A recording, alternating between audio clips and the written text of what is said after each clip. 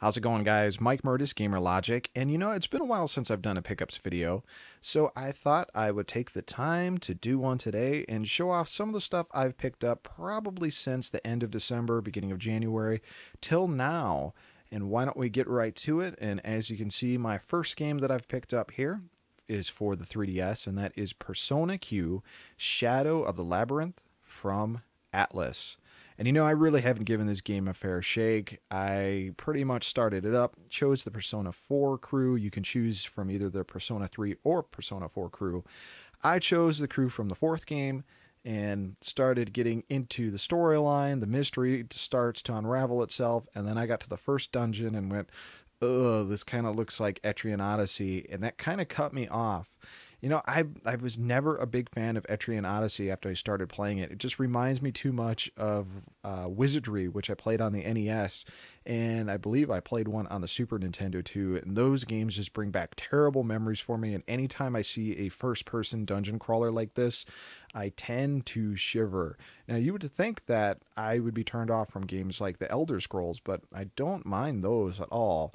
So I really haven't played this game to the best of my ability, and I will revisit it. But Atlas is one of those companies that, they do limited print runs with their games, and I wanted to make sure that I at least had it. So when I do decide, oh, this is a really good game, and for some reason I've been avoiding it, I can actually play it rather than going, it's out of print, now I need to pay like $200 for it. So kind of why I picked it up cold. And continuing with Atlas here, another 3DS title. This is Shin Megami Tensei 4. I'm playing this one off and on. I do like the storyline with this. I like the combat system in it. I like the demon forging and everything you can do with it. Having a lot of fun with this one, just not devoting a ton of time to it yet. So one of these days when I'm really feeling a need for an RPG fix, I will jump into this one for sure.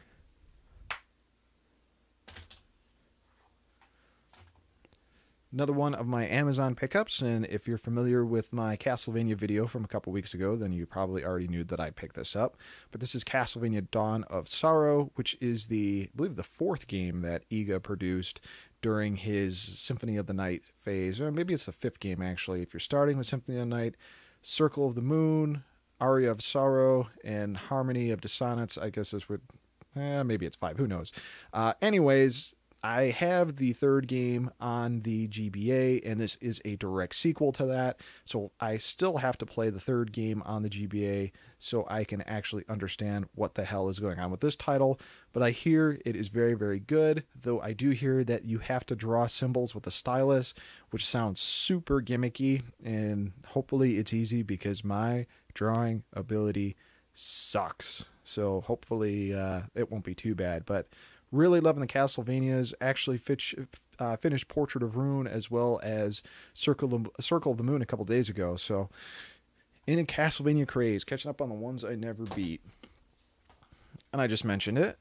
And I actually reviewed it as well. But this is Castlevania Portrait of Ruin. I picked both of these up from Amazon. They were on sale for like $9.95 each. So I figured, hey, it's a good time to get them before they go out of print. Not too much to say about it from my video that I did on the game, but I did enjoy this one. Jumping to the Xbox 360. I actually picked these up together. And that is Star Wars The Force Unleashed, both 1 and 2. And the reason I picked these up is I was just looking for something where I could run around and beat the holy hell out of people with a lightsaber. And I've finished the first one. And funny enough, what ended up happening is I bought these on Xbox 360, and then probably 3 days later, there was a Humble Bundle for just a ton of Star Wars games, and these were 2 that were included in it. So I bought these for the 360, but ended up playing the PC versions because I bought the Star Wars Humble Bundle, go figure. But my experience with the first one was, it was just okay. I actually had more fun with the DLC than I did the main storyline. I haven't played the second one yet. The first one kind of was so meh that I didn't want to really play the second game right off the bat. So when I'm feeling like going on a lightsaber craze again, I will play this one, but it'll be on the PC. to continue the Star Wars saga here, this was super cheap. It was literally like $1.99 at GameStop. I happened to stop in there and I figured, why not? If I'm looking for a lightsaber duel, why not do it on something that at least resembles as close as you could probably get to a lightsaber controller? So this is Star Wars The Clone Wars, which is a one-on-one fighter with some lightsaber stuff and force powers. Unfortunately, this was before the Wii Motion Plus, so your swings are very limited. I didn't really enjoy it. I maybe played it for like an hour and it was like, but for $1.99, I'm not really going to sweat over it. Let's switch over to the PS2, shall we? This is the Bouncer, and this is before Square Enix basically came together. This may be one of the last Squaresoft titles that actually came out with the Squaresoft banner on PS2. Maybe that's incorrect, but I don't remember seeing too many PS2 games just by Squaresoft. Now, I think this was their first PlayStation 2 game that they published, and I remember there was a lot of hype, there was a lot of anticipation for this, and I remember my buddy Sean picked it up, but I don't remember how well it was received. I think the reviews for it were only so-so, but I think it's obviously a beat-em-up brawler from Squaresoft. And when I was in a half-price books, I saw it and went, oh yeah, I completely forgot about that title. So I decided to pick it up. I got to pop it in my PS3 and see how it is. Yeah, why don't we go with these? Next up, this is Exile on the TURBOGRAFX-CD. And yes, this is completely sealed, but I am going to be opening up this sucker very soon. You know, I was looking through the list of games I had on my wish list, and Exile and Exile 2 were kind of one of the two bigger ones on the wish list. But if you go and look on prices for this online, they fluctuate like crazy. Someone's selling a copy of Exile and Exile 2 for like $200, and it's literally just the CDs and the jewel cases. So here's the crazy thing. It was cheaper for me to go on eBay and buy a sealed copy of Exile than it was to buy a used one that didn't even have the box or wasn't even complete condition. And I'm not talking just one auction. I'm talking multiple auctions. So I said, the hell with it. I'm just going to get the sealed copy. I'll have the box and everything, and I can get the experience of opening my first sealed TurboGrafx-CD game. So I'll be popping that open soon. I don't know if maybe someone wants to see a video of me opening up a sealed TurboGrafx-CD game, or if anyone really cares, but if you do, leave a comment. I'm sure it's nothing too exciting in there, but some people like that stuff.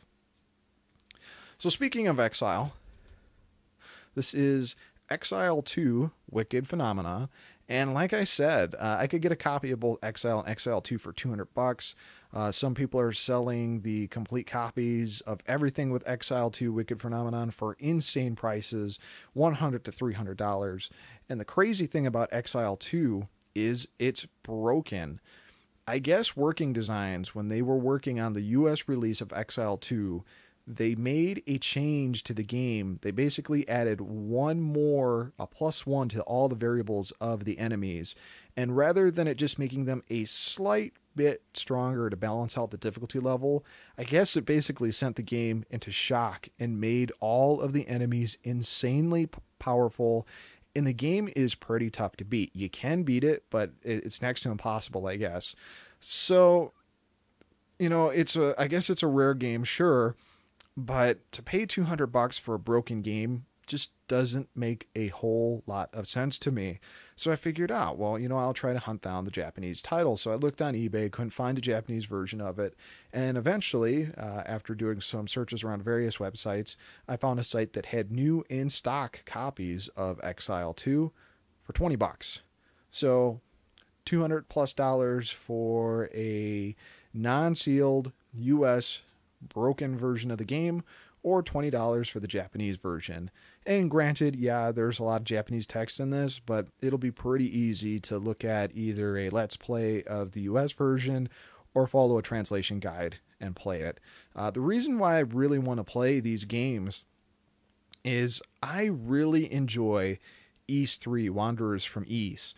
And I love it because it kind of goes to a Zelda 2 kind of style of gameplay. It's got the side-scrolling elements of action, but it's also got some overhead stuff just like East 1 and 2. So it seems like a combination of both. I remember the first time I saw these games was on Happy Console Gamers videos, kind of talking about a series that really just wasn't featured at all on YouTube. So it was in the back of my head. I added to my wish list.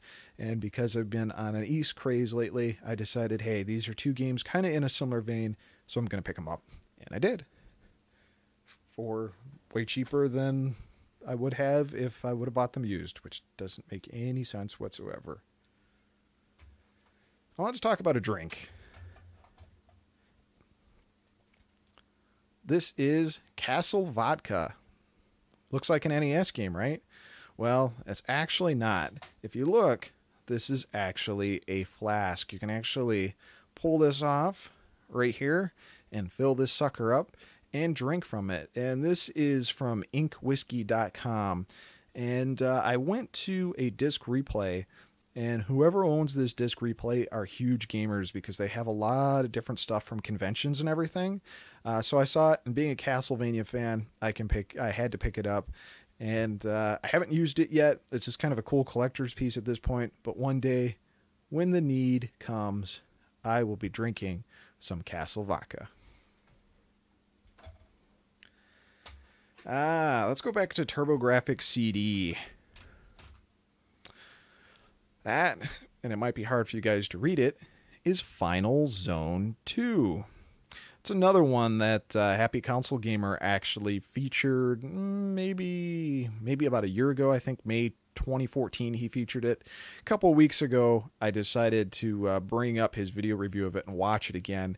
And he's always described it as the best, worst game ever. And it's got hilarious intro music, hilarious title music. The in-stage music is crazy. The voice acting is just bad.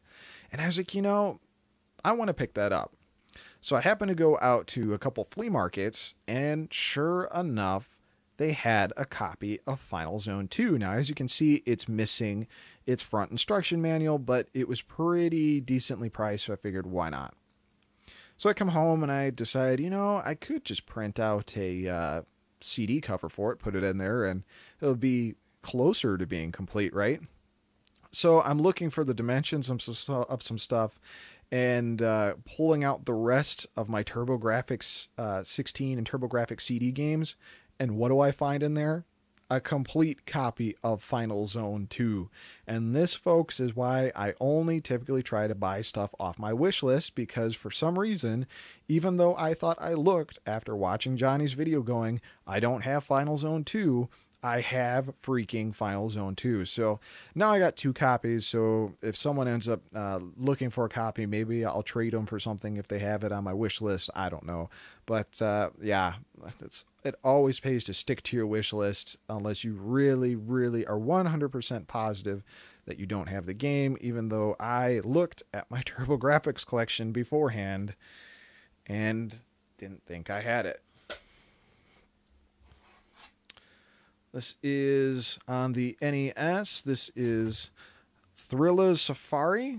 And I remember seeing this in, I think, a 1992 issue of Nintendo Power. This had to be close to one of LJN's last NES games that they put out. Kind of a weird game. You play as a gorilla that skates and surfs. I've played it off and on a few times. I remember renting it. This I found at a flea market for $1.99 and figured, why the hell not? Let's go to some imports, shall we?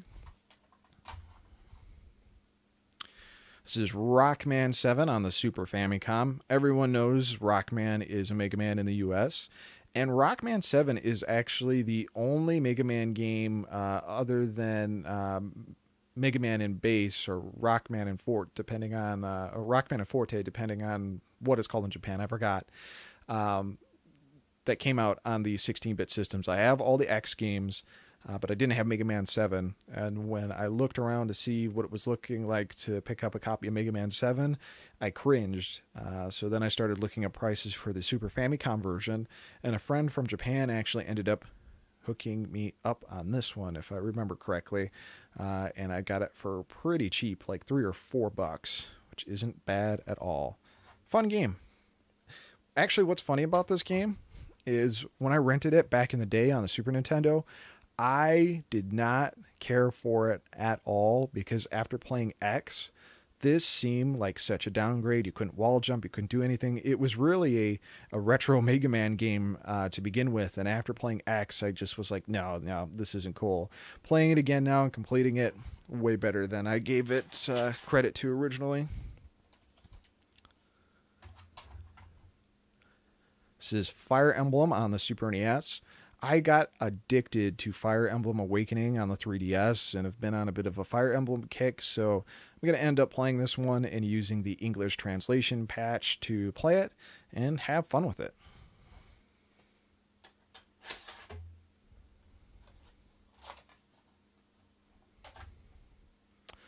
This is Golden Fighter on the Super Famicom. Over here in America, at least I believe it was in America, it was called Ultimate Fighter, and this is actually a part of the Flying Warriors series of games, and that came out on the NES over here, and I think there's like 6 of them over in Japan. It's a pretty popular series. But yeah, just a basic side-scrolling kung fu fighter with a variety of different modes. Again, this was one that I ran into for super cheap, so just decided to pick it up.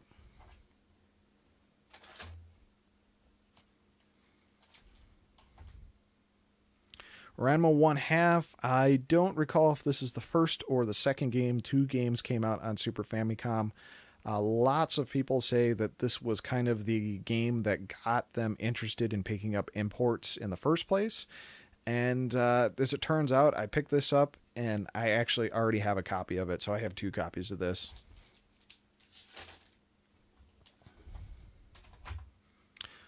This is Wonder Project J, which I guess you're basically trying to control this small child, or someone told me that he's an android or a robot, and you're basically just trying to get him around a stage and make sure he doesn't do anything too destructive. I guess it's a little bit about like, or it's like the Pac-Man adventure game that came out back in the 90s. Interested in checking this one out. And apparently there was a sequel on the N64. Tiny Toon Adventures, I can only assume that this is Buster Bust Loose. Funny enough, the Retronauts actually just did a podcast about all the Tiny Toons Adventure games. I really loved the first one on the NES, but never played the Super Nintendo version. This was like $1.99, so I decided to pick it up.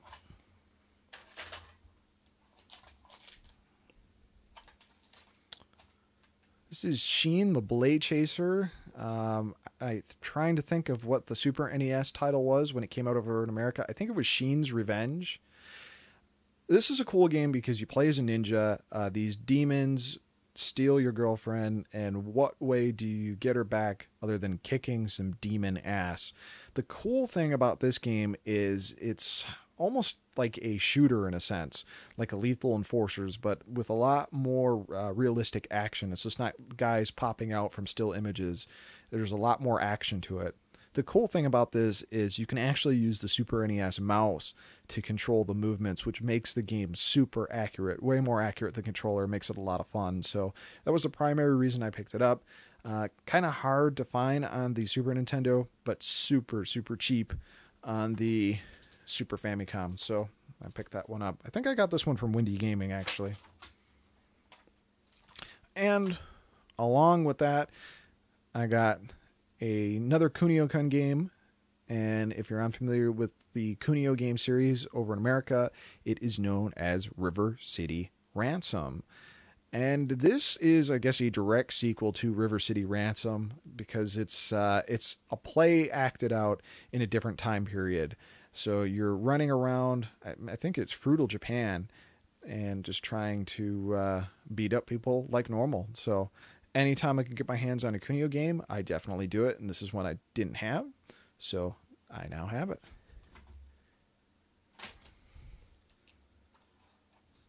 I say feudal Japan, feudal Japan. Oh well. Star Ocean.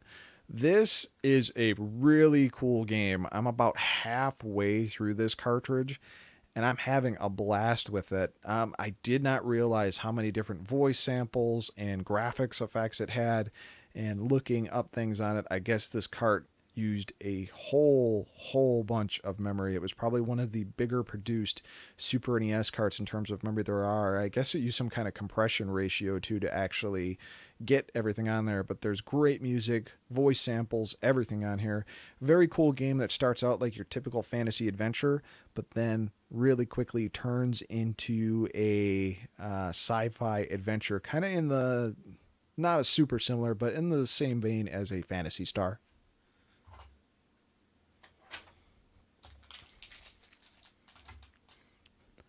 Back to the Kunio series of games. This is, and I can never remember the Japanese titles of these, but this is, I think this is Kunio no Banka. There is 2 side-scrolling Kunio games on the Super Nintendo that I'm aware of. One is more of a sequel to Renegade, and this one kind of follows more towards the River City Ransom games, if I'm recalling my Kunio-kun history correctly. But this one is a lot more fun than the other Super Famicom Kunio game. It's got a lot of text. It's got a lot of comedy to it. You can play as different characters. Just a lot of fun. And now I think my side-scrolling Kunio collection is complete for the most part, at least on the 8-bit and 16-bit systems. This is Dark Half on the Super Famicom. This was never brought over here. This is from Enix. And this one, I guess, is pretty damn dark. You play as both the good guy and the bad guy in it. And when you're playing the bad guy, I mean, you are literally going through and slaughtering whole towns. You're killing children, like all this stuff that if they would have brought this game over to America, people would have just crapped. Man, that would have been on the ban list for sure. But there was an English translation done of this. I think only 70% of it was done. I haven't tried it yet. I've just watched some videos. Seems pretty dark, very interesting, and this was super cheap as well, so I couldn't pass it up. Real quick,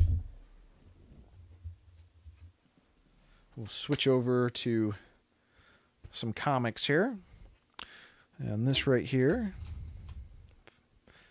this is the first issue of Star Wars Darth Vader. Darth Vader now has his own comic series. And because I've been on a bit of a Star Wars kick, I have been interested in picking up these comics. I'm not a big comic fan, but anytime there's an interesting comic of a certain intellectual property like Street Fighter or whatever, I'll try to pick them up, and that was the case here. So this is Star Wars Darth Vader 1. Pretty decent comic so far. It really makes Vader look like a badass, more so than he was in the movies. I mean, this is a guy you just don't want to mess with. And I guess the series is selling pretty well. The second issue came out, I think, last week, and I actually had a really poor experience with 2 different comic book stores trying to get the second issue of this. The first comic place I went to actually signed up to be on the pull list for any of the Star Wars comics. The guy talked it up that they were getting all the copies in of it that night, and he said they'd be available the next day at 11 a.m. So I signed up for the poll list and everything, put myself on there, you know, phone number, what titles I'm interested in and everything.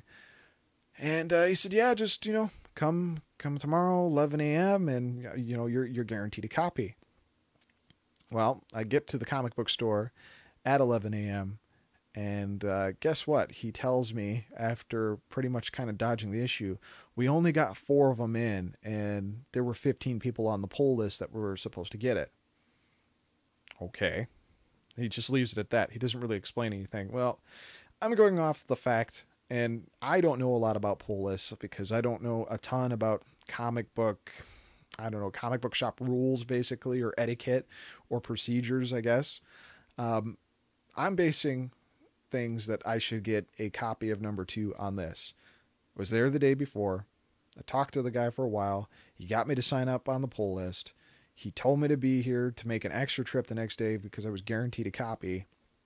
And then when it comes time to actually get the copies, they don't show up. They know they got them last night, the night before. So if it was a case of not being able to get it and their top 4 buyers or whatever are supposed to get first dibs on these, then they should have called the rest of the people on the poll list so they didn't waste their time, especially if Star Wars titles are the only titles on their poll list in the first place. But that didn't happen. That wasn't the case at all. So I waited around and I basically asked the guy, I was like, so, are you going to give me a copy here, or is it going to, your guys with bigger pull lists? And he was like, oh, it's got to go to the guys with the bigger pull list. And it's like, okay, well, just tell me, man, why don't you guys call, or just be upfront with me? Like, don't dodge around the issue and just keep putting comic books on the shelf. Talk to me here. Let me know what's going on. So he was like, oh, well, they screwed up on the shipment and everything, which, I get it. That's not the comic book shop fault, but you still have to have some customer service here. And you would think if I showed up and you told me to show up the next day and it was the same guy, he would have been a little bit more forgiving and, gave me one copy, and, that would have been the end of it. But that wasn't the case, unfortunately. So I ended up going to another comic shop in the next town over and asked the guy there if they had any Darth Vader 2s, and he just was super snotty about it. And then went into this big, long story about why it's terrible that the Star Wars license is back with Marvel and not with Dark Horse, and why people are bothering buying it because it's just a retelling of the whole story. Dude, I don't care what your opinion is about it. I just asked if you had any Darth Vader 2s, which his answer was no, I don't. Okay, well, are you going to get any more in? I'll get some next week, but those are already accounted for. Okay, so basically, I struck out on Darth Vader 2, ended up finding it on Amazon, and after having pretty much two pretty poor experiences with both comic shops, I said, screw it. I actually went online and subscribed to all 3 Star Wars comics. They'll just come straight to my mailbox, and I won't have to pull up with any of that bullshit. So, pull up. Still got pull lists. I'm of mine put up. But I grabbed some other ones as they came out. That's issue 2 of the regular Star Wars. That's actually pretty cool. The regular cover for issue 2. And then here is a variant of the first issue of Star Wars. And I'm enjoying the comic book series. I really am. So, but overall, guys, that is all my pickups for this month, for the last couple months, actually. And thanks for watching.